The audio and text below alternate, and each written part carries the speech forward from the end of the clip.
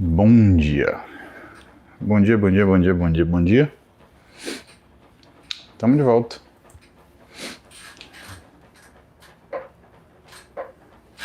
We're back. E aí, como é que vocês estão aqui? Isso daqui tá torto ainda. Pausa para arrumar. Pronto. Pronto. Agora foi. Beleza. Não foi. Sabe que eu adoro esses suportes de telefone. Ô, Moniquinha. Saudade das lives também. Mas agora, voltando aí ao dia a dia, a gente volta. Pronto. A gente volta com a nossa programação normal. E aí a gente vai falar das perguntas de vocês. Óbvio.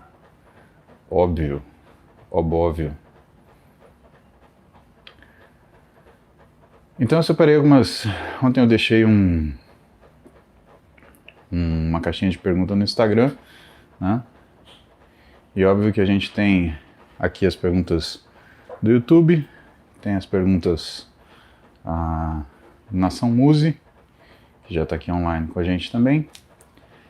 E em primeiro lugar, bom dia Bruninha Leitão, bom dia Larissinha Pires, bom dia Camila Lion, bom dia meus queridos moderadores Matheus Miguel,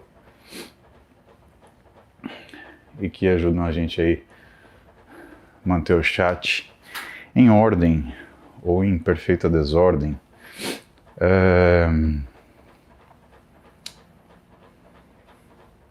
Lembrando que se você tem uma pergunta relevante mesmo, quer fazer sua pergunta, quer que eu leia sua pergunta ao vivo, é só clicar no Superchat aí no YouTube. Clicando no Superchat, aí vem tudo destacado, bonitinho, e eu consigo ver melhor aquilo que você está perguntando. Vamos começar a rodar o cronômetro aqui.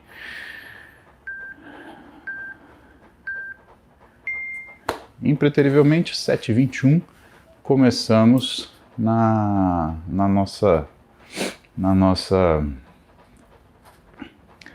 nosso cardio. Então, teve pergunta aqui, vamos lá. Quando volta para o Pilates? A professora está esperando.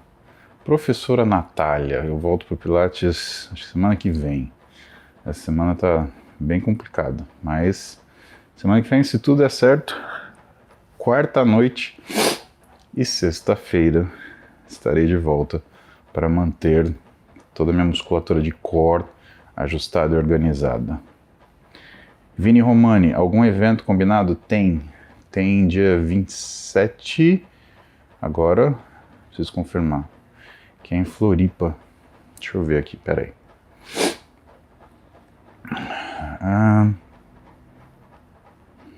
Floripa.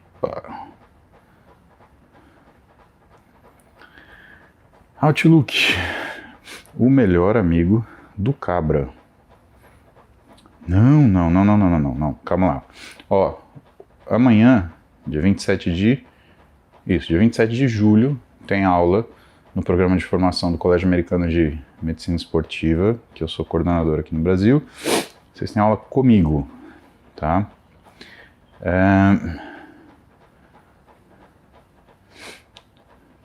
Domingo agora, eu tenho alguma coisa. O que seria? Eu acredito que seja encontro forte, musculação e treinamento de força para hipertrofia.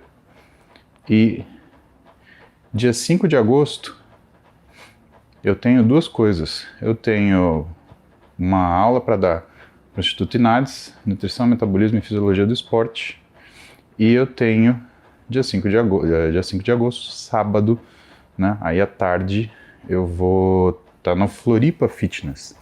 Então se você quer encontrar comigo, Renato Cariani, Júlio Balestrin, Floripa Fitness, em Floripa, obviamente, e a gente vai estar lá, tá?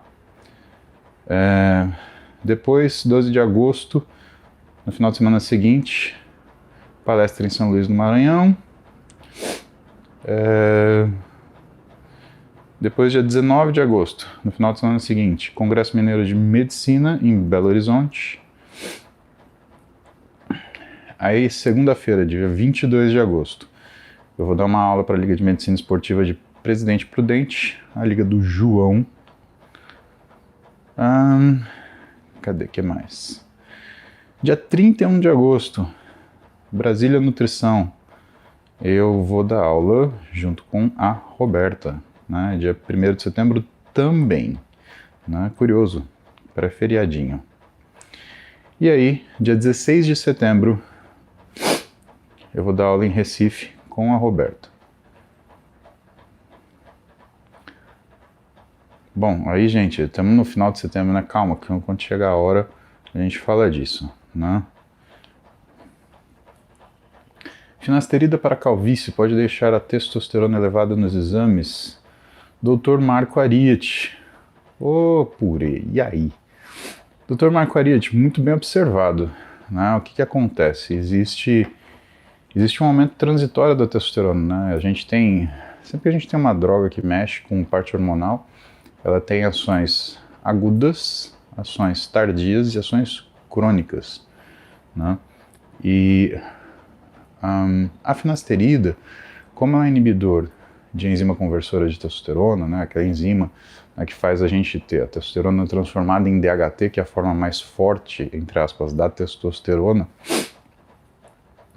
ela acaba, entre aspas, sobrando testosterona, tá?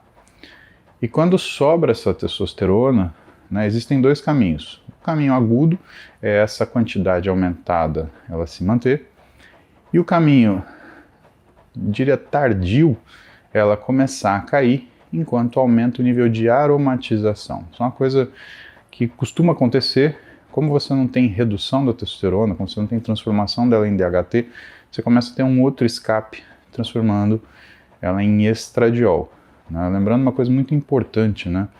Que os hormônios, eles continuam a ser transformados, né? E normalmente a via última de transformação é uma forma que a gente chama de 3-alfa-diol.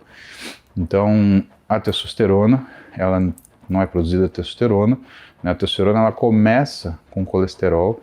Então, colesterol, pregnenolona, 17-hidroxipregnenolona, DHEA, androstenediona, testosterona, dihidrotestosterona. E quando você termina de chegar, né, na dihidrotestosterona, que é o hormônio final, que é o hormônio que vai ter ação ação no receptor androgênico, né, você tem a transformação dele numa forma de 3-alfa-diol, né? E a testosterona ela não vira isso sozinha, né? Então precisa de uma outra etapa. O que acaba acontecendo é que essa testosterona ela acaba sendo transformada em estradiol, né? Um hormônio estrogênico, e aí existe uma flutuação do estradiol. A fase aguda, o que a gente observa então? A gente observa um aumento de testosterona com manutenção do estradiol. A fase tardia é uma tendência de queda da testosterona com aumento progressivo de estradiol. E a fase crônica, para alguns pacientes, como você tem aumento de estradiol, você tem uma inibição parcial do eixo hipotálamo-hipófise, fazendo com que a sua produção de testosterona ela seja diminuída. E isso a gente começa a observar esse aumento de estradiol com a queda de LH-FSH. E no momento mais tardio ainda, o que existe é uma estabilização desses níveis, né? Então, tudo isso se ajusta. Aí o nível de testosterona cai, você tem uma queda do nível de estradiol. Quando o nível de estradiol cai, você tem uma volta ao funcionamento desse eixo, né?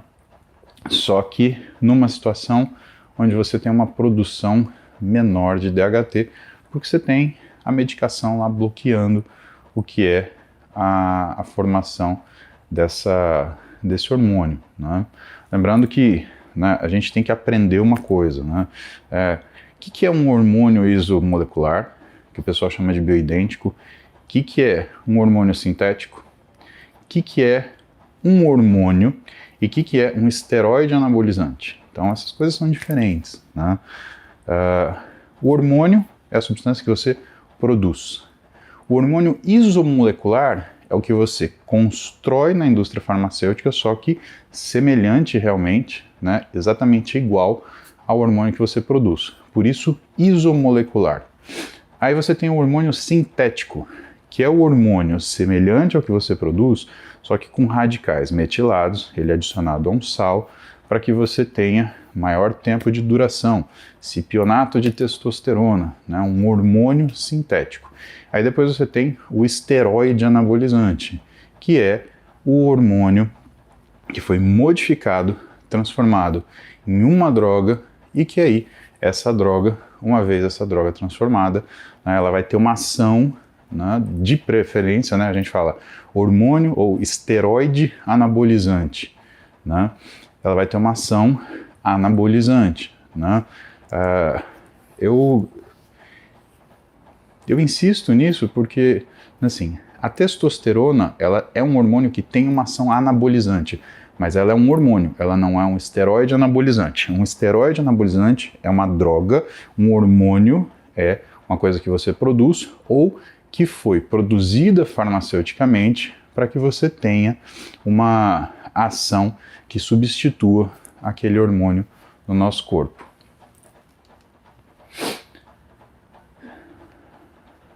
Sandro Santos, chefe, existe algo além dos exercícios que nos faça produzir mais? Remédios? Mas produzir mais o que, Sandro? Eu não entendi sua pergunta, amigo. Produzir mais, talvez trabalhar mais, ter mais disposição, ter mais intensidade. Na verdade, Sandro, tudo começa na nutrição, né? O exercício, se você está com uma nutrição ruim, né, ele não vai fazer você produzir mais, ele vai fazer você ficar mais cansado, né? E por isso que é muito difícil você corrigir uma dieta ruim com exercício. Se você tem uma dieta ruim, você não vai conseguir fazer exercício. Essa é a verdade, né?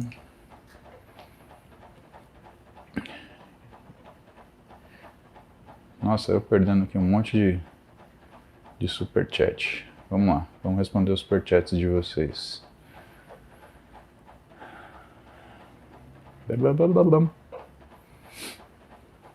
Igor Mário, 180 quilos. Comprar cadeira ergométrica. Recomendação. Olha, Igor, com 180 quilos, realmente você precisa de um aparelho que seja confortável, né? A bicicleta, né, ela precisa ter ou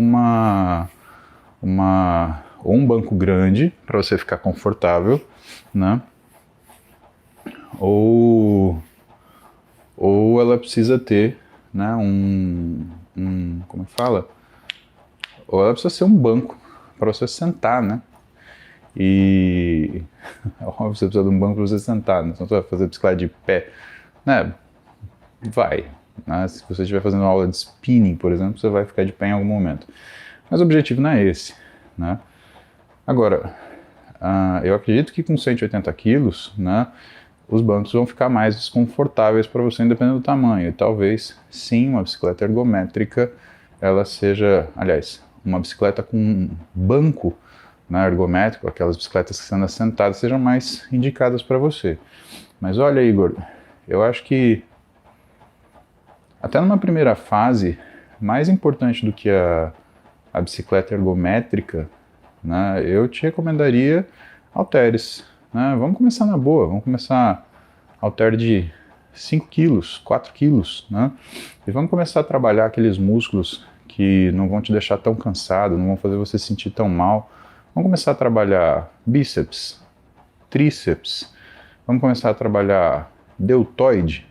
E aí quando você estiver um pouquinho mais condicionado, aí a gente passa a trabalhar a musculatura mais central, né, peitoral, dorsal, né, começa a trabalhar pernas, coxas, né. Então, um caso como o seu, a gente vai com delicadeza, né, não é aquela coisa de chegar na academia e já sair fazendo supino reto, agachamento e remada livre, né? A gente começa para você conseguir aprender tolerância ao exercício, né? E isso é uma coisa bem importante que eu posso te falar, né? A gente começa devagar, a gente começa progressivamente para você conseguir acertar o que você tem na frente. Vitor Manuel. Bom dia, mestre. Benção. Existem evidências que o exercício resistido possa ser eficaz no tratamento de depressão? Sim, existe. Ou favorecer alterações neurais? As duas coisas, Vitor. O que é uma das funções neurais mais importantes que a gente tem ou pode dispor? Né? É uma coisa chamada neuroplasticidade. É a razão pela qual, por exemplo, você consegue aprender. Então, depois da fase adulta, depois dos 35 anos de idade, né, como que a gente coordena, ou como que a gente cuida da nossa neuroplasticidade? Duas coisas, sono e exercício intenso, tá? Em relação à depressão, isso também é uma coisa importante, porque se você pensar que você precisa de neuroplasticidade para você modificar o que é uma doença psíquica, como a depressão, por exemplo, né? Porque aí o que tem que acontecer? Tem que o seu cérebro, entre aspas, aprender a não pensar as coisas de uma forma deprimido, tá bom? Eu estou fazendo uma simplificação, né? Mas eu quero que você entenda que as coisas elas são um pouco mais complicadas que isso. Agora eu preciso trazer para um lugar comum para você entender que a depressão é uma forma que o seu cérebro trabalha. É uma alteração do que é a função de neurotransmissor. E a única coisa que a gente consegue fazer uma modificação desse parâmetro é quando a gente tem uma ação também através de neurotransmissores. Parte disso é a medicação, é você usar a medicação. E a outra parte disso é você provocar com alguma ação aquilo que tem uma capacidade de modificar, inclusive, e de certa forma, estruturalmente as sinapses, que é o que é a neuroplasticidade, né? E aí, sono e exercício, eles são fundamentais nisso. Por isso, duas coisas para você, se você tem depressão. Primeiro, tome sua medicação, tá? Essa medicação, ela ajuda com que você esteja com a sua crítica, ou seja, a sua noção preservada. Segunda coisa, e tão importante quanto, cuide do que é o seu estilo de vida, ou seja, sono e treinamento. Se você tem depressão, restrição de sono é um no-go completo. Você não pode fazer restrição de sono, ponto final. Por quê? Porque imediatamente no dia seguinte você vai estar passando muito mal, tá? E exercício, a gente faz o que a gente pode, tá? Mas busca sempre fazer o exercício como uma questão relacionada às suas obrigações com você mesmo, um compromisso, né? Aquilo que eu falo para você. Se você não tem compromisso, você não começa nada. E se você não tem consistência, você não termina aquilo que você começa. Vamos começar com compromisso? Né? Marco Antônio Júnior. Meu peito aguenta progredir carga, mas ombro não. Me passa exercício para fortalecer essa porção do ombro que auxilia o peitoral no supino. Então, Marco, a parte que ajuda, que estabiliza o movimento do supino, né, é na verdade o deltoide intermédio, né? É aquela faixa do deltoide lateral aqui, né, ou o deltoide de uma forma geral, né? O deltoide anterior, ele funciona mais como um sinergista, ele ajuda a gente a empurrar o peso para frente, né? Mas o deltoide intermédio, o deltoide posterior, né, eles têm essa ação de equilibrar o movimento, de estabilizar o que é essa abertura, né? A elevação dos nossos ombros. Então, quando você fala, por exemplo, melhorar o supino, aí significa especificidade. E aí o jeito de você fazer isso é trabalhando o supino mesmo, né? É isso que vai fazer diferença. Agora, treinar o seu ombro separadamente é você fazer um treino de ombro fazendo exercícios preferencialmente básicos, né? Então você fazer desenvolvimento, né? Você fazer exercícios com halteres, né? Então o desenvolvimento Arnold, que você faz aqui assim, né? Você fazer o desenvolvimento clássico aqui, né? Mas de preferência, né? Faça com halteres ou então barras livres, né? Mas eu vou pegar menos peso. Sim, mas se você não tem força, você vai pegar menos peso, né? Você tem que entender isso. A vantagem não é você ir para um Smith Press e colocar uma carga grande, né, se isso não for acompanhar você para o supino, tá? E aí as coisas, elas vão melhorando progressivamente, mas sabe qual que é o problema? É que isso é o que você acredita que seja o seu problema. Esse diagnóstico seria muito melhor feito se você contratasse, por exemplo, a aula de um treinador, para ele poder te dar uma aula de treino de peito, por exemplo, e ele identificar esses erros para você. Quem te garante que você não tem, por exemplo, uma insuficiência do seu tríceps? Quem te garante que você não está fazendo a biomecânica do movimento errado? Que você não está fazendo o seu... como é que fala? Que o jeito de você fazer esse supino não está errado, tá?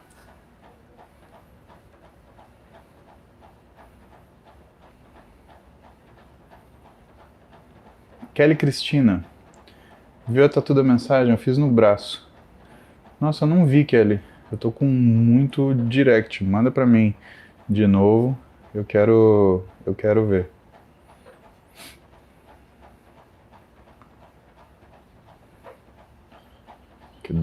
Cadê?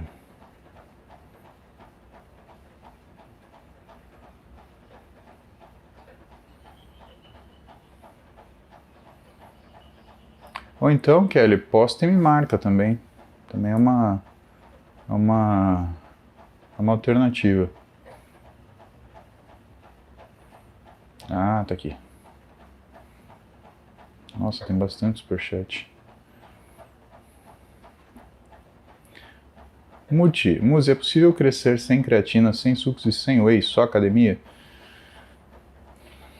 Olha, Muti, se você falar sem suporte nutricional, eu te falo desde já, não. Sem creatina, é possível, né? A creatina a gente não tinha à disposição, por exemplo, na década... aliás, não tinha comumente à disposição, né? E a gente crescia eventualmente, né? A gente tinha, né, desenvolvimento. Eu também não tomei creatina na minha vida inteira, né? Hoje eu tomo, né? E há algum tempo, né? Sem esteroide, que é o que você pergunta, pô, cara, então você tem que olhar um pouquinho de história, né? Entra lá, dentro do...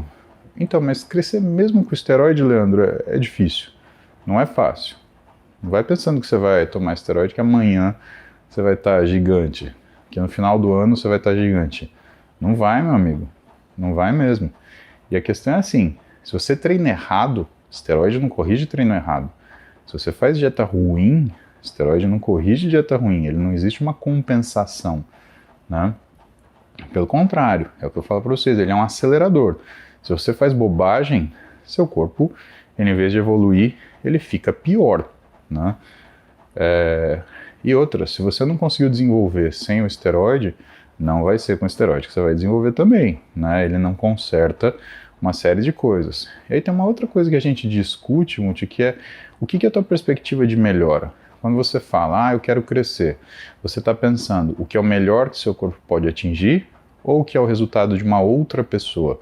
Então você está olhando um amigo seu de academia, por exemplo, e esse seu amigo da academia, ele expondo que ele já tem um físico bem trabalhado, né? Você está achando que você vai chegar no físico dele. Isso é uma outra coisa complicada, né? A gente não consegue copiar o físico das pessoas, né? A gente tem o desenho físico do que a gente tem. É a mesma coisa que, eu quero ficar igual o Brad Pitt, né? Não dá. Você pode cortar o cabelo igual o Brad Pitt, você pode deixar uma barba igual o Brad Pitt, você pode ter um olho da cor do Brad Pitt, mas você nunca vai ter o conjunto, o olho, nariz, boca, barba, cabelo, testa, pescoço do Brad Pitt, né?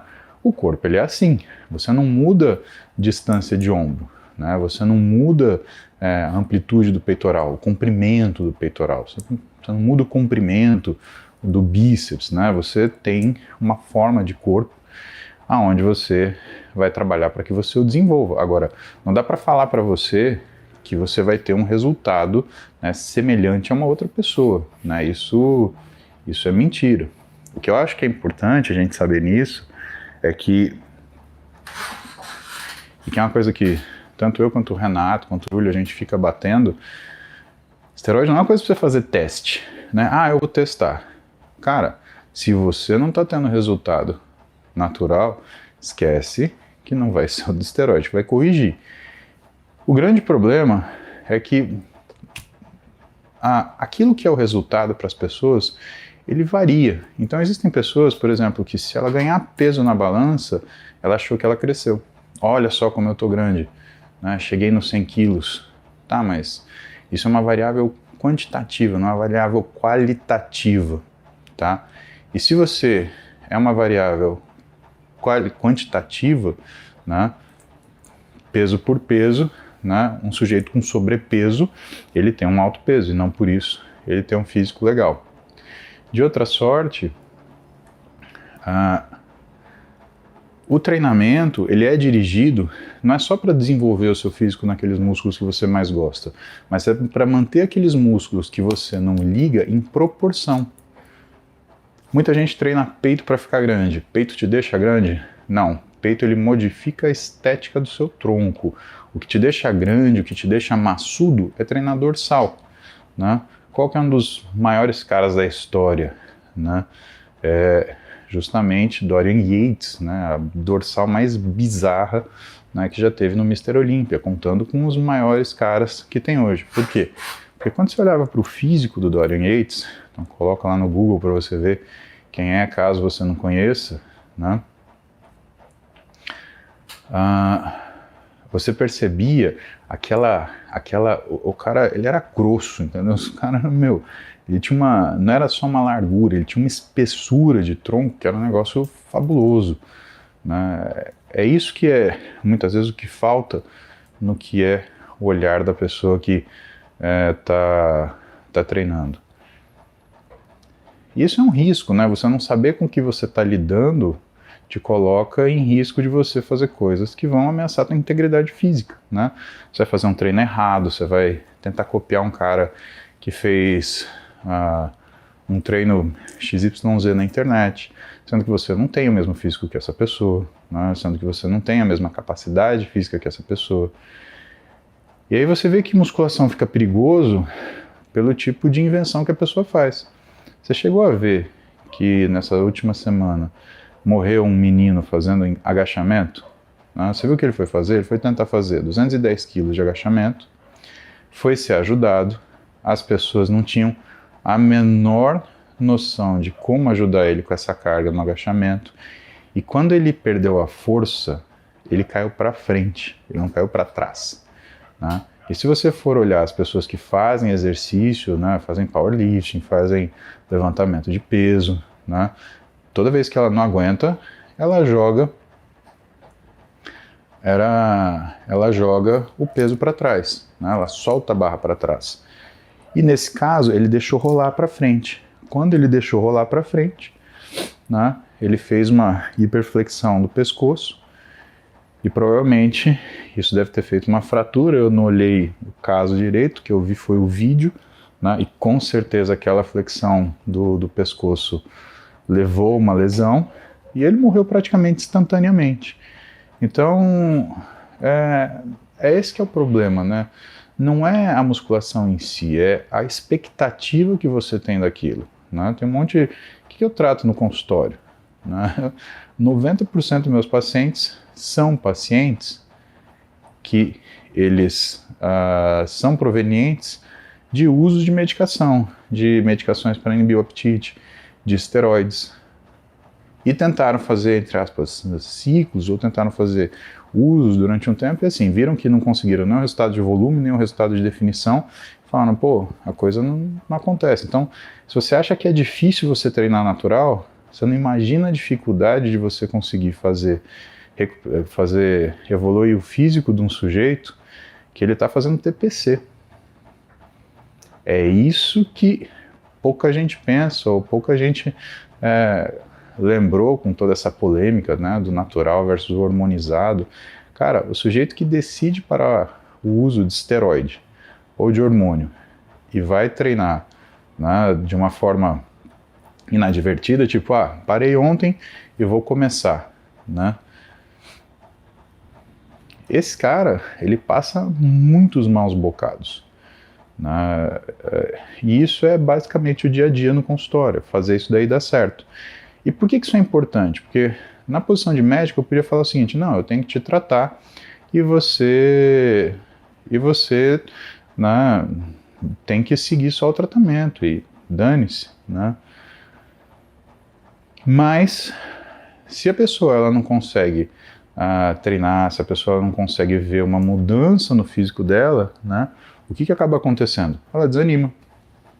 E quando ela desanima, aí acontecem aqueles desastres físicos, né, que as pessoas elas têm grandes perdas da sua capacidade física e a pessoa desiste de tudo. Ela desiste do treino, ela desiste da dieta, ela desiste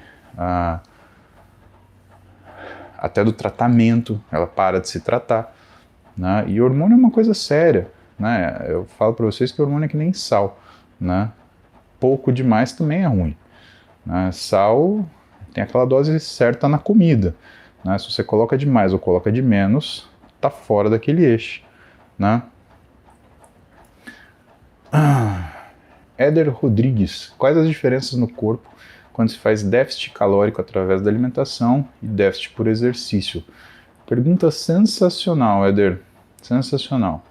Uma das diferenças principais é o nível de desgaste, tá? Então, quando você tem o exercício, você tem uma ação muscular e você consegue medir essa ação muscular na presença do déficit calórico.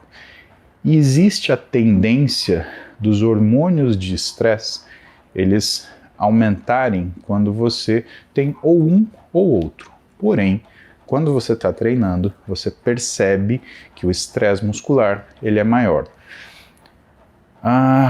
E existe um terceiro problema na realidade, que é o déficit calórico acompanhado do déficit calórico alimentar acompanhado de uma quantidade de gasto calórica de exercício aumentada, né? E aí você leva a uma situação onde você tem uma piora muito grande do que a recuperação do tecido muscular. A outra coisa que existe é o seguinte: não é possível, de uma forma sustentável, você manter o déficit calórico treinando com intensidade. Você pode observar isso nos atletas de fisiculturismo. Então, quando esses caras eles estão se preparando para a competição, eles fazem um déficit calórico muito intenso. Nas semanas finais do que é a preparação deles, né? E aí o que acontece com o treino? Despenca. Se você for assistir o vídeo dos caras que treinam, que principalmente a Max publica, né? O que você vai ver recorrentemente eles falando? Que gostoso treinar quando eu tô com caloria, né? Logo, eu tenho a grande tendência em falar para você que uma das diferenças principais é a diferença clínica. Quando você faz um déficit calórico baseado no que é o exercício, você começa a ter uma perda de capacidade física que, se você não correr atrás, caem seus pesos, caem suas repetições. Em vez de você fazer um treinamento, você faz um destreinamento. Em vez do seu físico melhorar, ele piora. Isso muita gente já viu acontecer consigo próprio durante as experiências de treino. Agora, quando você faz pelo exercício, o cuidado que tem que existir, né, é que se você começa a usar o seu músculo para queimar caloria, em vez dele reagir ao estímulo do exercício, você começa também a causar uma situação que o seu músculo ele não consegue se recuperar e, portanto, ele não consegue se desenvolver. Então, o que é o trabalho, por exemplo, de um profissional de educação física não é fazer você ter uma sessão de treino que você gaste muitas calorias. É você fazer uma sessão de treino onde você consiga criar um estímulo para o teu músculo evoluir. E nesse processo se gasta mais calorias. Então é uma questão do que vem primeiro, o que é prioridade. Prioridade é aumento do que é o estímulo muscular. Aí, em segundo lugar, vem o que é a nossa capacidade de queimar caloria com isso. E jamais, jamais a gente coloca a queima dessa caloria em primeiro lugar. Por quê? Porque é ridículo, né? Uma sessão de musculação super intensa vai queimar o quê? 2 sonhos de valsa? Um prato de feijoada ou meio prato de feijoada? Cara, um prato de feijoada, se tiver 1000 calorias, uma sessão de musculação muito intensa, ela talvez não queime isso. E mais que isso, se você fizer essa sessão nessa mesma intensidade dias seguidos, o que pode acontecer é que lá pelo 3º, 4º dia, você não consiga manter esse ritmo, tá? Thaisa Silva, exercício aeróbico e perna para quem tem IFA. Thaisa, eu preciso que você me fale o que é IFA. Eu não conheço essa sigla, querida. Eu, Bruna Rocha, creatinina e ureia alta, musculação diária, aumentei proteína e tomo creatina. Ferrei o meu rim ou pode ser normal o aumento desses números? Dá para reverter? Bruna, então aí tem uma série de senões, tá? Creatinina e ureia alta, elas são por metabolismo proteico, tá? Se você toma creatina, você vai ter uma creatinina mais alta do que o seu basal. A gente chama isso de reference change value, né, que são os valores de referências inerentes ao indivíduo. Ou seja, vamos imaginar que você em condições sem uso de creatina, né, e sem treino, você tem uma creatinina de, por exemplo, 0,9. Se você começar a tomar creatina, sua creatinina vai para 1,1. Se você treinar e tomar creatina, pode ser que sua creatinina vá para 1,2, 1,3, né, porque isso é uma coisa que a gente chama de variáveis pré-analíticas, né? A ureia, ela está relacionada com outras coisas. Ela está relacionada, por exemplo, com o nível de hidratação. Quais foram as condições que você fez esse exame? Você fez você, além de fazer impacto femoroacetabular, beleza, vamos falar disso, Thaís. Então, você fez jejum, por exemplo, de líquido? Você lembrou de tomar água? Porque se você não tomou pelo menos 2 litros de água nas 12 horas que antecederam seu exame de sangue, sua ureia vai estar mais alta, mostrando, na verdade, uma coisa chamada desidratação. Como é que a gente tira essa prova? Porque a gente costuma pedir um exame chamado a resposta osmolar, né? Que é o quanto seu sangue está denso, né? Ou quanto você está desidratada, né? Ou osmolalidade plasmática, que é outro nome para isso. Para a gente checar os valores de creatinina, a gente pede um exame que chama cistatina C, né? E quem treina normalmente a gente pede cistatina C, porque a creatinina ela não se torna tão confiável assim. Finalmente, né? Existe uma coisa por você ser mulher que a gente tem que lembrar, que é a fase do ciclo menstrual que você fez esse exame, tá? Então, seu ciclo menstrual, do ponto de vista ovariano, né, ele tem 2 fases.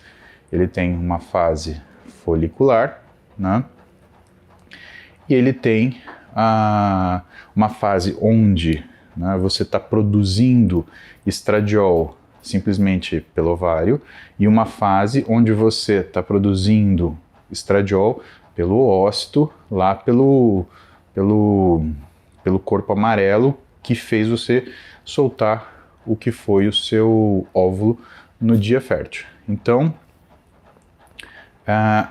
como essas fases elas cursam com quantidades de estradiol diferentes, é normal que você tenha alterações, ou é esperado que você tenha alterações nesses exames quando você treina nas fases de estradiol mais alto ou nas fases de estradiol mais baixo.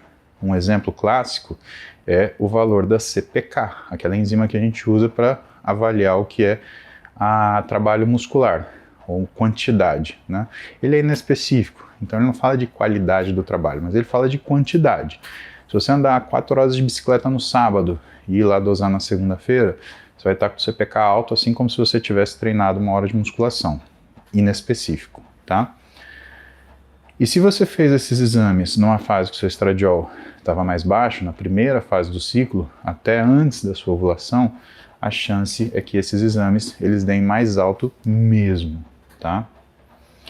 Thaisa, impacto femoroacetabular né, dependendo da forma que ele acontece, o tratamento é cirúrgico, né? Você tem dois tipos básicos de impacto femoroacetabular. Você tem uma deformidade chamada pincer, você tem uma deformidade chamada CAM, tá? A deformidade chamada CAM é uma deformidade na esfericidade da cabeça do fêmur que articula lá com a acetábula. A deformidade de tipo pincer é como se o teto da acetábula ele se prolongasse e aí você não conseguisse ter a amplitude de movimento do seu quadril para flexão, para extensão, dependendo onde a maior borda do acetábulo crescer. Esses tipos de alteração, eles normalmente são cirúrgicos, tá? E o que você pode ter no meio disso, na verdade, é alterações de tendão, de estabilizadores do quadril, né, ou de musculaturas motoras que possam estar comprometidas e possam estar simulando um impacto femoroacetabular. Então, até isso a gente tem que pensar, tá? Green. Estou em dieta para perda severa de gordura. Substituir peito por sobrecoxa sem pele, equilibrando a gordura no dia, tirando de outras refeições, tudo bem. Green, olha só. Desde que a sua dieta não seja severa, desde que você não esteja fazendo uma restrição muito grande, né, não tem tanta alteração assim. Se você trocar peito por sobrecoxa, o que vai acontecer? Você vai colocar umas calorias maiores porque a sobrecoxa tem um pouquinho mais de gordura. Mas com certeza, né, se você está no processo de emagrecimento, ou seja, se você tem sobrepeso, se você tem se você tem sobrepeso, se você tem uma condição, né, mais de doença, né, que seja uma quantidade de peso grande mesmo, né, aí significa que, inclusive, a gente tem que ser mais sereno com aquilo que a gente tira de caloria de você. Se a gente for muito agressivo com essa retirada de calorias, você não consegue ficar fazendo dieta. O fato é esse, né? Aliás, é uma das razões que as pessoas mais falham em dieta quando elas estão com sobrepeso, né? É proposto a elas uma redução de caloria muito grande, aquelas clássicas dietas de 1.200 calorias, 1.000 calorias, 800 calorias, eu já vi 600 calorias. Cara, se você tem uma pessoa com excesso de peso na tua frente, que claramente não consegue fazer uma dieta, da onde você acha que essa pessoa vai conseguir fazer uma dieta de 600 calorias? Sério. Que seja 1.200, tá? Você está falando de uma pessoa que está acostumada a comer quanto? 6, 8.000 calorias por dia? Você acha que você vai conseguir acordar no dia seguinte e consumir 1.200 calorias? Então eu proponho para todo mundo que acha que a coisa é assim, faz um teste. Faz um teste amanhã. Diminui o que você come pela metade. Por que eu te falo para fazer esse teste? Porque muitas vezes as pessoas cobram das pessoas que têm sobrepeso, que têm obesidade e que começam um processo terapêutico, né, que elas sejam impecáveis no que é o cumprimento da dieta. Isso é o ideal. E pessoal, se uma coisa ela é ideal, ela não existe. A gente vive no mundo real. E eu falo isso por quê? Porque, por exemplo, a gente vê em famílias, né? O marido começou a fazer a dieta, aí a esposa fica ralhando por ele. Você tem que fazer isso, você tem que fazer aquilo. Só que parte dessa conta, em média, as pessoas que estão numa condição de excesso de peso, tem lá um consumo calórico de 6 a 8.000 quilocalorias por dia. Quando você passa por uma dieta de 1.200, 1.600 calorias, pelas dietas de gaveta, né? É como se essa pessoa comesse 1/5, 1/4 do que aquilo que ela está acostumada a comer. Por isso que eu te falo, se você conhece alguém que faz dieta, se você tem uma pessoa próxima que faz a dieta e você está irritado com isso, você está crítico, você está falando muito, você está se incomodando porque ela não consegue fazer a dieta, cara, faz só esse exercício. Amanhã, quinta-feira, você tenta comer metade do que você come. Aí você vai ter uma ideia do que uma pessoa que está fazendo uma dieta de restrição passa. Por isso que a gente tem que ter cuidado com essa questão de severo, viu, Green? Cardio em jejum de manhã e treino na hora do almoço é uma boa rotina. Faço push-pull legs 6 vezes na semana.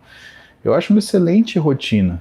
O que a gente tem que cuidar é do seu volume de treino, né? Por quê? Porque normalmente quando a gente faz push, pull e legs, o que começa a acontecer é que você começa a fazer muito exercício dentro de uma mesma sessão de treino. E antes de você fazer mais, você tem que fazer melhor.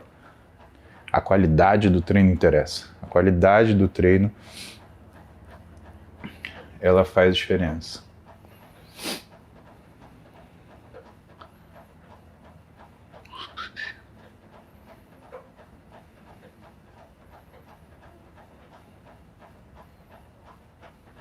Última.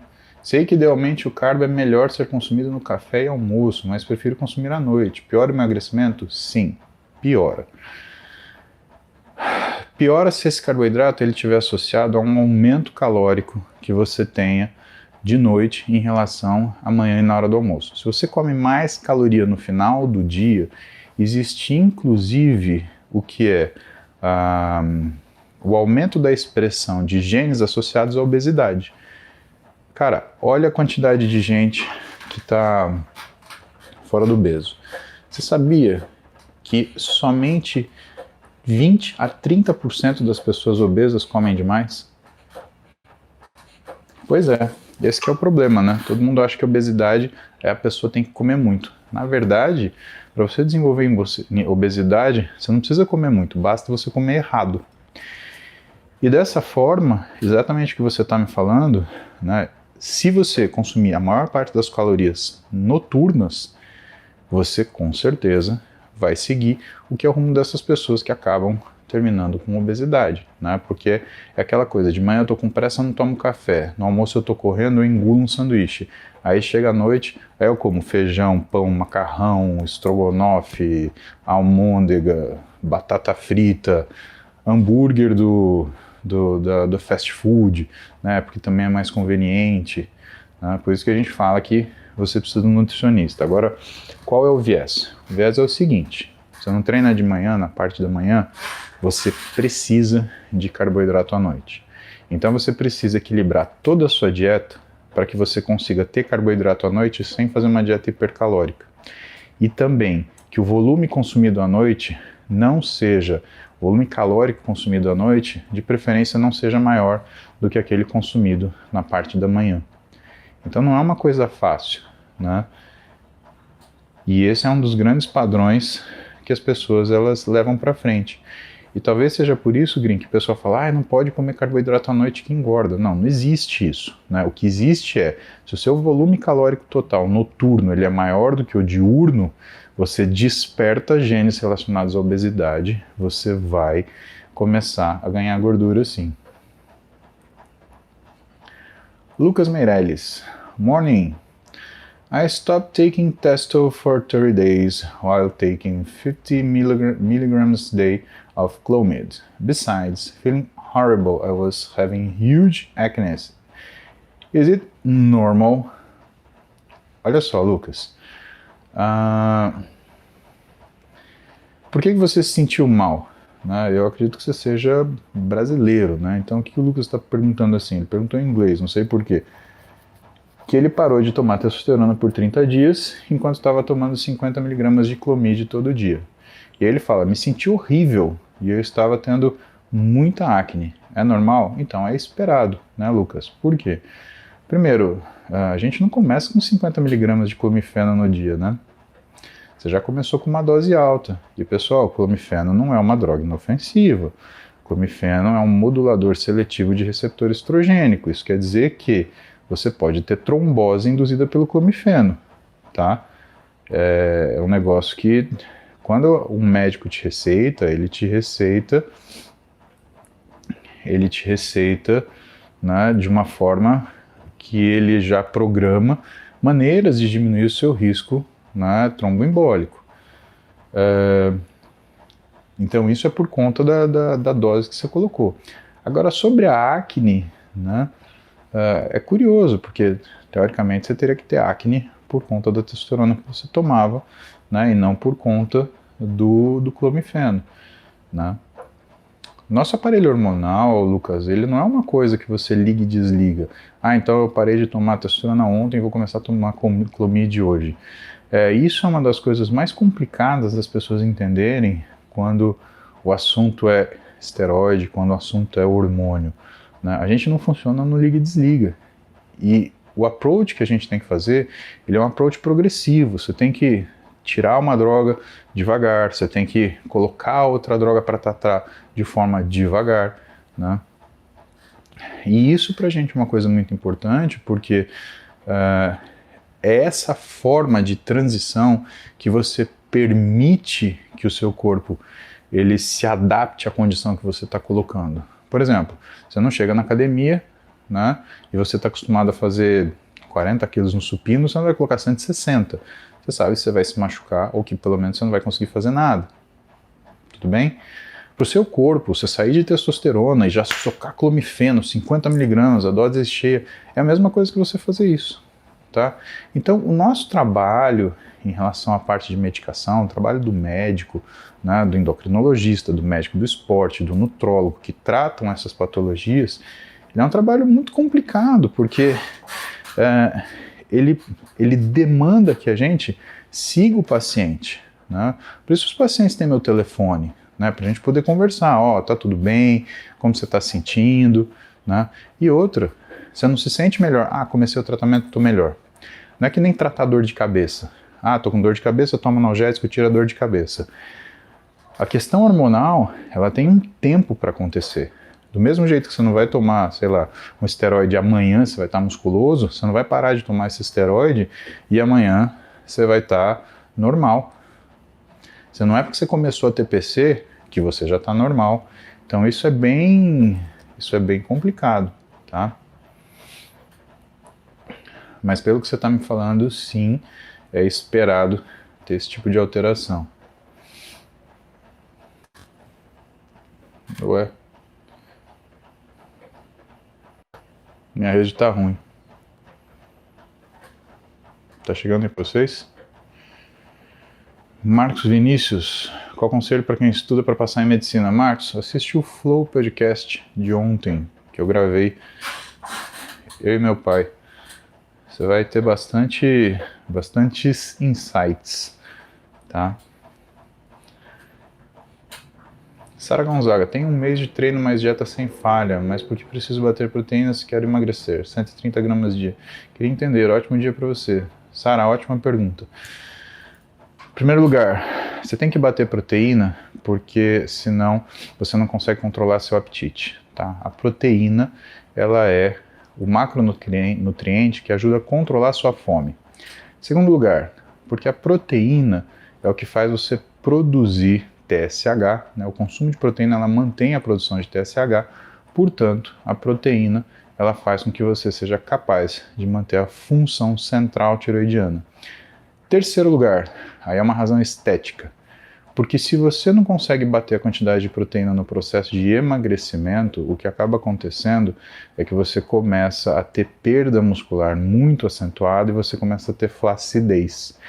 E se tem uma coisa que eu te falo se você acha que você está fora do peso e você não gosta do seu físico, você vai odiar o seu físico com menos peso e flacidez. Cuida do que é essa condição física, essa densidade física, porque realmente, esteticamente, se é uma das preocupações que você tem, né, a flacidez ela vai te deixar muito desapontado em relação ao que você está fazendo, tá? Consuma suas proteínas.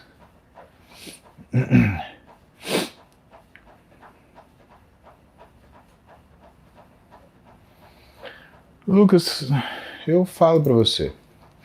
Então, o Lucas comenta, né? Vejo muitos médicos que ficam incentivando o uso de drogas, prometendo chip de beleza, etc. O Paulo nunca promoveu isso. Eu não entendo porque as pessoas querem que ele fale da vida pessoal dele. Porque, Lucas, quando a gente trabalha com comunicação, você tem que entender que as pessoas elas buscam entretenimento e não conhecimento. Poucas pessoas procuram conhecimento. Se você está me olhando aqui, você está procurando conhecimento, você faz parte de mais ou menos 5% do total da rede que me acompanha. A maioria das pessoas, elas procuram entretenimento, elas procuram irreverência, elas procuram a brincadeira, a zoeira, né? E isso tem que existir, porque a gente tem que ser livre para sacanear, para zoar. A questão é que, para fazer o meu trabalho, precisa existir um nível de provocação, sabe? Precisa existir um nível de colocar as pessoas em situações cognitivas desconfortáveis, né? Então, quando a pessoa ela olha para mim e ela fala, mas você toma alguma coisa, é porque para ela é extremamente desconfortável, se ela não toma nada, admitir que tem alguém com um físico extremamente preparado, né, ou muito mais desenvolvido que o dela, que também não tome nada.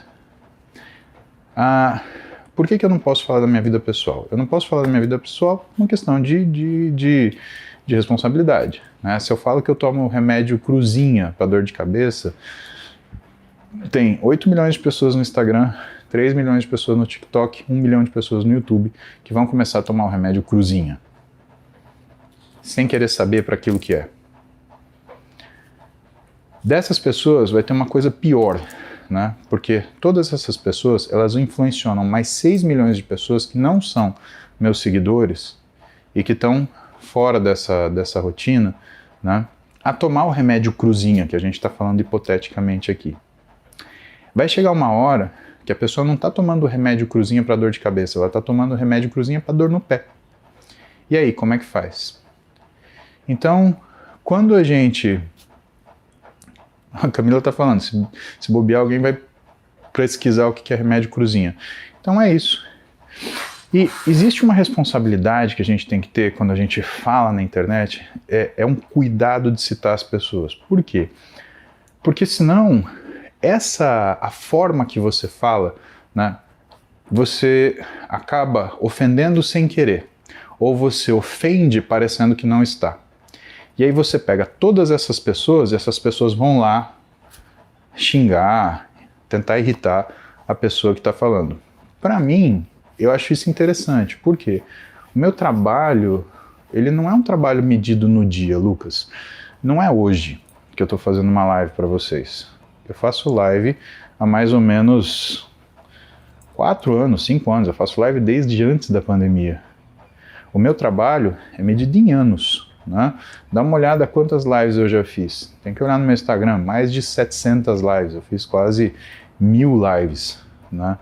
Então, se contar no total, passaram de 1000 lives. É que o que a gente chama de BNTC tem 600 e tralalá.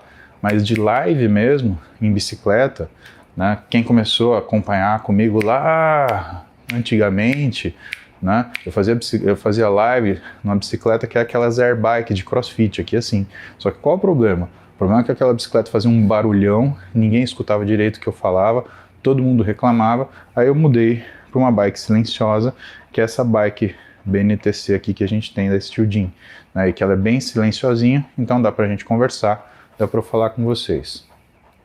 E sendo assim, você tem que entender que a gente lida com pessoas, Lucas, e as pessoas, elas têm interesses próprios, elas têm uma forma elas têm uma forma de pensar, elas têm uma forma de agir. A questão é, se em nenhum momento eu pegar e puxar essas pessoas, o que acaba acontecendo? São pessoas que vão ver uma opinião. Então, tem todas as pessoas que falam essas frases, que eu concordo, né? Assim, eu acho que tem um exagero, tá? A fonte da juventude, né, é o esteroide, não usar esteroide, né? Cara, é verdade, né? Que é uma frase muito clichê, né? Mas por que a fonte da juventude não é usar esteroide? Você já parou para pensar nisso? Isso é verdade. Porque quando você tem um aumento de hormônio no seu corpo, você provoca transformações. Qual é a época que a gente envelhece mais rápido? Você tem noção? A época que a gente envelhece mais rápido é na nossa adolescência.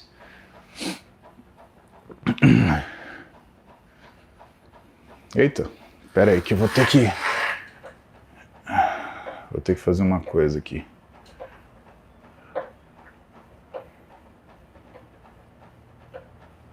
Depois eu...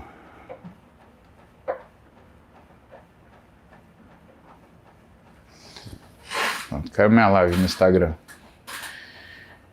A época que a gente envelhece mais rápido, né, é a época da nossa adolescência. Então, quando você olha, por exemplo, uma menina de 12 anos, aí você vai ver essa menina, né, com 16 anos, né, ela é completamente diferente, né? E qual a característica dessa fase na nossa vida? É um aumento da quantidade de hormônio sendo liberado, tá?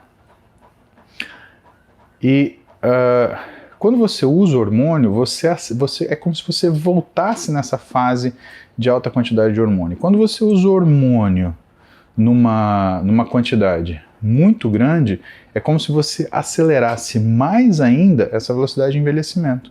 Então tem coisas que têm razão. Isso daí tem razão, sim. Né? É só você olhar na academia. As meninas que usam implante com a quantidade de hormônio desregulada, os caras que fazem ciclo, eles se aparentam muito mais velhos do que eles são. Né? Agora, você acha que eu, com 44 anos, eu tenho interesse de parecer mais velho do que eu já sou? Né? Porque 44 é velho. Tá tudo bem, mas é velho. Né? E eu compartilho desse pensamento. Só que eu não acho que as coisas elas podem ser resumidas a frases de efeito. Porque se você faz uma frase de efeito, você pega poucas pessoas. Vamos pegar outra tendência. Nossa. Vamos pegar uma outra tendência. Né? A outra tendência é a questão do natural, a coisa certa a fazer. É verdade. Né? Por quê? Eu conheço mais gente que usa hormônio que parece que não treina do que gente que, do que gente que não usa hormônio e tem um físico bom. Né? Por quê? Porque as pessoas elas começaram a achar que o hormônio é o resultado de tudo. Né? Chip da beleza. Cara, para a maioria das mulheres virou chip da tristeza. As mulheres que começaram a usar o recurso hormonal para tentar fazer ganho estético, elas ficaram bem diferentes daquilo que era esperado quando você imagina um desenvolvimento. Né? Existe uma modificação de proporção, existe uma série de coisas, existe modificação de rosto, existe essa situação. O suco vicia? Vicia.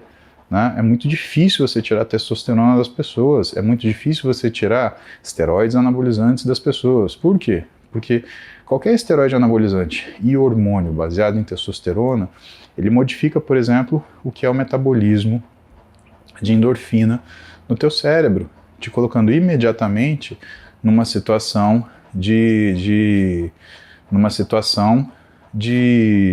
que fala?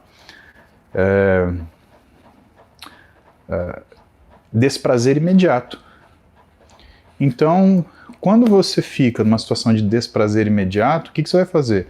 É quase como se fosse uma droga de abuso. A frase, stay natty, né, fique natural, cara, de fato, é o que é recomendado fazer. Você não vai fazer uso profissional do seu físico, você não é um fisiculturista profissional, você não vai ganhar dinheiro com isso. Pelo contrário, você vai gastar dinheiro para tentar consertar essas coisas. Só que, qual é o problema? Eu falo essas coisas aqui todo dia, há, sei lá, 5 anos.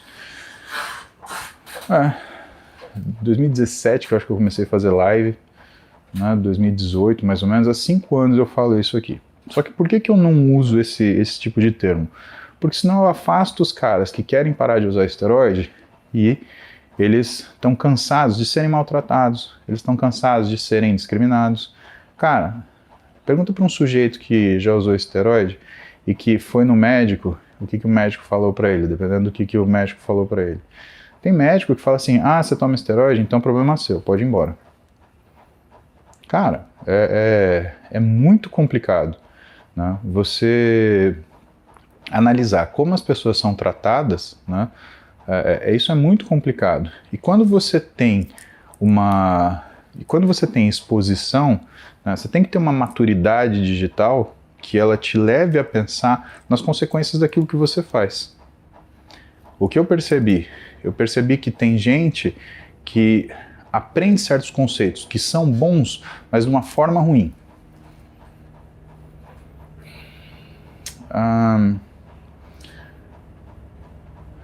Aí você tem que assistir a live de ontem, você tem que assistir o programa do Flow de ontem, fazer um resumo, né? Existem influenciadores, né? E existem influenciadores. A maioria dos influenciadores, na verdade, eles não são influenciadores, eles não fazem você pensar, eles fazem você repetir a opinião deles. E isso é um perigo. Por quê? Porque quando você deixa de pensar, você despreza as suas próprias experiências e você não está procurando o melhor caminho para você. Você está procurando um caminho de qualquer um. E aquilo que é bom para todo mundo, na verdade, não é bom para ninguém. Então você tem que ter esse senso crítico de que aquilo que você está fazendo, na verdade, é copiar coisa. E cara, se você copia e cola a vida das outras pessoas, eu não sou dessa pegada. Aliás, não recomendo que se faça isso, né? Porque cada um tem um determinado tipo de demanda. A outra coisa, as razões pelas quais você está insatisfeito são as razões pelas quais você busca aquilo na internet?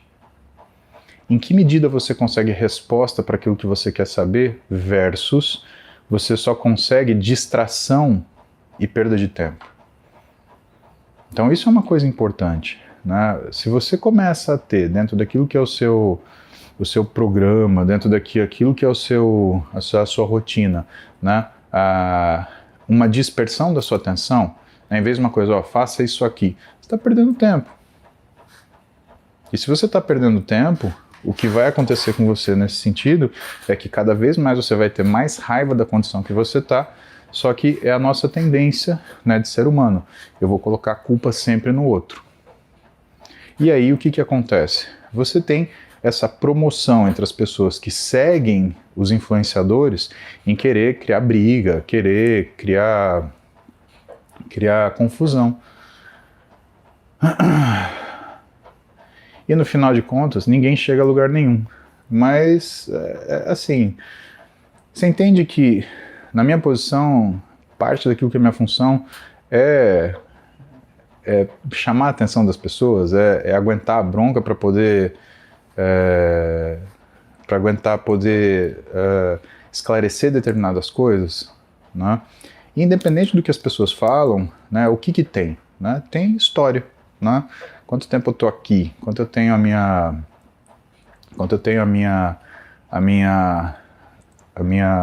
lives? Ou quanto tempo eu tenho as coisas que eu faço, que eu falo para vocês? Né? Gente, ninguém agrada todo mundo. Agora, você tem que entender que você está num mundo virtual, onde tem muita gente que, sabe, você olha na rua, a pessoa não sabe nem onde está, né? Você acha que porque tá aqui que a pessoa tem ideia do que ela tá falando? Não tem, cara. Você tem que ficar calmo, porque primeiro, tudo isso faz parte do processo. E segundo, né, e mais importante, quando você assume uma responsabilidade de fazer alguma coisa, né, você tem que entender que boa parte daquilo que vai chegar para você não é só o que você quer. Ai, parabéns, ai, que legal, ai, tudo bem, né? Tem todas as mensagens legais que eu recebo de vocês, mas, cara, tem que ver que cada um, né? Vamos terminar aqui que já são 8h27 e eu preciso ir treinar. Mas hoje eu fiz um banho mais compridinho, porque faz tempo que a gente não se vê, matar a saudade, eu já tô há 66 minutos aqui pedalando com vocês. Henrique Nishiyama. Vejo influencers fitness tomando mais de 450mg de cafeína no pré-treino. Quais são os riscos desse abuso de cafeína? Henrique, assim, para 450mg de cafeína, é um mal-estar, né? Pelo que é a dose que você vai encontrar na literatura, você vai encontrar uma dose que não se pronuncia na verdade, né? As pessoas falam que as doses da literatura são de 5 a 10mg por quilograma de peso corporal. É coisa muito alta, né? Agora, a sensibilidade das pessoas à cafeína é uma coisa que normalmente é bem mais baixa que isso. eu acho que até 450, até 500 miligramas de cafeína, que a pessoa vai ter um mal-estar muito grande, uma ansiedade muito ruim, pode deflagrar uma crise de ansiedade, né, o que é muito ruim, né? Agora, quando passa disso, né, fica perigoso. Tem duas histórias, né, que a gente ouve aí. De um sujeito na Califórnia que dobrou a dose do pré-treino e infartou. E tem de um pesquisador que estava trabalhando com cafeína e que aí ele errou a dose em miligrama para grama e também ele veio a óbito, né? Mas aí a gente está falando do que é a exceção, né? E não a regra. Deixa eu ver aqui que teve um menino que falou que eu pulei a pergunta dele. Cadê? Lucas Rafael, acho que é esse. Realizei uma cirurgia de hernia inguinal direita, tinha 1 centímetro e coloquei tela. Após o período de recuperação, vou poder voltar a treinar normalmente? Sim, você fez a cirurgia de hernia para justamente conseguir. Lara Vilcarini. Uma amiga minha disse que ao tomar creatina causou acne nela. Mandei vários vídeos seus relacionados a isso se ela tomava pré-treino e whey. Então, de todas essas coisas, o que pode mais dar acne é o whey, porque o whey ele aumenta a quantidade de IGF-1 circulante e isso faz um flare, né? Não é que você vai ter acne o resto da sua vida, é que você, nesse período de adaptação, né, você vai ter um aumento de IGF-1, vai aumentar a sua acne e depois ela vai melhorar. Calma, Sheila, vou procurar você. Pera. Éder, Multi, Kelly Cristina, Tatu, Marcos Antônio. É a pergunta do peito, Vitor Manuel. Tratamento de ansiedade, Igor. Não achei sua pergunta, Sheila. Não pulei, talvez não tenha chegado nela, né? Lucas Rafael. Meirelles. Sara Gonzaga. Vamos ver, vamos descendo. Kelly Cristina. Marquei de novo e enviei no direct. Boa, vou ver, Kelly. Sheila Maria, não tinha chegado na sua pergunta, né, Sheila? Hipertenso controlado com enalapril 10mg e hidroclorotiazida 25mg, pode tomar ioimbina? Sim, não, por quê? Não, Sheila, porque ioimbina ela tem uma ação pressórica, ela vai aumentar a sua pressão. E assim, de verdade, Sheila, assim, a ioimbina, ela não é uma molécula tão tranquila assim, né? É mais fácil ter efeito colateral com a ioimbina, por exemplo, do que com a cafeína, né? Então, essas coisas, eu te aconselho, né, deixar pra lá, tá?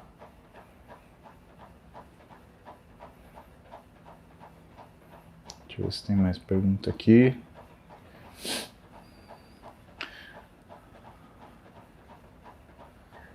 Essa pergunta eu preciso responder. Antunes Menezes, eu tomo bisoprolol 1,25mg para ansiedade, mas fui treinar pela manhã e passei mal. Tem alguma relação ou não? Pode ter sido outra coisa, hipoglicemia? O mais comum, Antunes, é que tenha sido uma hipoglicemia. Mas, de fato, né, você pode fazer o teste de tomar o bisoprolol depois que você chegar do seu treino, depois daquilo que é o seu pós-treino, depois do seu banho, né? Você vai lá, toma o seu biso e vai ficar legal, tá?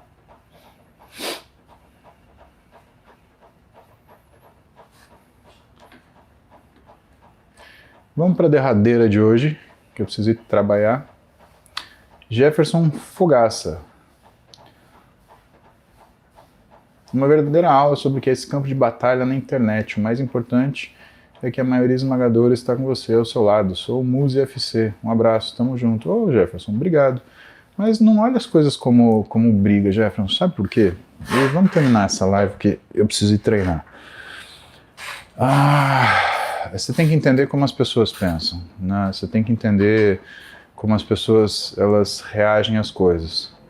Imagina que eu falo para todo mundo que está aqui, eu falo para gente que a priori gosta de mim, que gosta de ouvir o que eu falo, que gosta de ver como eu raciocino as coisas, né? E só que como é um canal meu, eu não consigo atingir, às vezes, pessoas que realmente precisam escutar uma segunda opinião. Por quê? Porque, periodicamente para vocês, eu falo, eu falo, né, abertamente, que é o conselho que eu dou para vocês, né? Duvide das coisas que eu falo também. Lógico, vai estudar por seus meios. E sabe por que eu falo isso? Porque eu tenho muita tranquilidade daquilo que eu sei, daquilo que eu conheço. Então, quando você vai estudar e você vê que eu falei para você de um jeito muito mais tranquilo aqui, você vai voltar, né? Eu acredito que nessa parte de informação, a gente começa desconfiando e depois a gente confia, né? Agora, existe uma série de pessoas que, na verdade, elas estão aprendendo uma sequência de chavão, né? Então você vê que a pessoa é um conjunto de clichê, né? É clichê na vida, é clichê na atitude, é clichê no treino, e o problema é que clichê não dá resultado, né? E por que as pessoas elas se irritam tanto? Porque é realmente desconfortável, né? Quando alguém fala alguma coisa para você que vai contra aquilo que você acredita, existe uma coisa que chama viés da convicção, a pessoa se ofende. Essas ofensas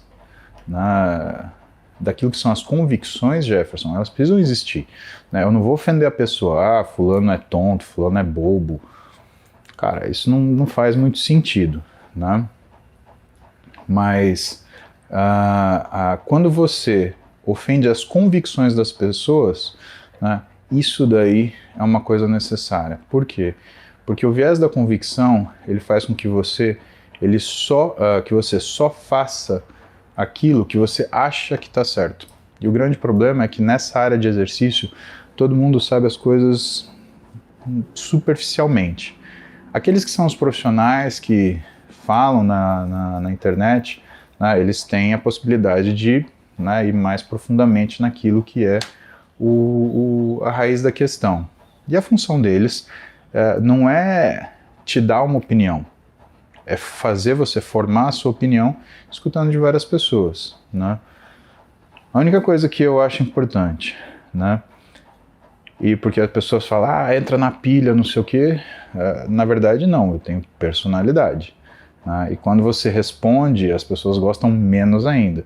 Por isso que aumenta o nível de gente chateando. Mas, cara, chateação é um saco de pedra. Se você não levar nas costas, ela continua com a pessoa que atirou. O que é pior do que você ser ignorado? Não tem, né? E assim, passar vergonha é de graça, né? Tem gente que quer passar vergonha. Tá bom. Eu lembro que quando eu estava na quinta série, né? Então os meninos estavam descobrindo as meninas. As meninas já tinham uma cabeça mais evoluída, no sentido de mais pragmática, mais sabiam o que queriam, mais tinham direção naquilo que pensavam e tinham um comportamento mais maduro. Mulher é sempre mais madura que homem, né? E os meninos ainda estavam naquela fase... Claro que o menino para na quinta série, né? Mas o que eu via? Eu via aquelas meninas, né, com orientação, e via aqueles meninos que iam, né, tirava o sarro da menina, ia lá, mexia com ela, ia lá, enchia o saco dela, ia lá, falava uma bobagem para chamar a atenção, né? E aí o que acontecia? Ele pagava de palhaço pro grupo dele, mas ele pagava de idiota pro grupo das meninas. E era o cara que ficava eternamente virgem de boca, né? Igual o Pedro Vilela, tá vendo? Obrigado pelo exemplo, Pedro. Você é exatamente o cara, né, que é o palhaço da tua galera e que é o idiota de quem todo mundo que está aqui assistindo. Ou você acha que tem 1.000 pessoas, 2.000 pessoas, 3.000 pessoas que compartilham da sua opinião né? Agora você ficou com medo porque agora você é conhecido, né? Esse é o problema. E das pessoas que usam do que é a voz delas, né, para comentar da vida dos outros, né, você tem que ter uma postura, você tem que ter você tem que ter uma forma de agir, você tem que ter uma personalidade, né? A maioria das coisas a gente ignora. Agora, existe uma oportunidade que eu tenho periodicamente de esclarecer assuntos que nem sempre todo dia eu esclareço, tá? E uma coisa que eu falo para vocês devem ignorar 99% daquilo que vem para vocês de ruim. Só que vocês nunca devem cometer o erro de ser tão compreensivos a ponto de ignorar o fato de que você pode estar sendo desrespeitado. Beleza? Então, existe um limite da sua compreensão. Porque se você deixa determinadas pessoas passar na mão na sua bunda de brincadeira, né, vai ter gente que vai querer fazer isso de verdade. Então, existe limite. Mas eu entendo que a internet também é um aprendizado. E nem sempre as pessoas elas conseguem oferecer o melhor delas. E elas causam isso, né? Elas causam essa confusão, né? Mas é isso, pessoal. São 8h40. Hoje eu fiz 80 minutos de cardio em jejum com vocês. Tá bom, preciso tomar meu whey, preciso ir treinar, né? Muito bom estar com vocês. Tamo de volta. Amanhã tem BNTC, tá bom? Vejo vocês amanhã. Hasta luego, fiquem bem. Titio, vai nessa. Nossa senhora, quase 1h30 de live. Eu preciso de um banquinho mais confortável, viu? Beijão pra vocês.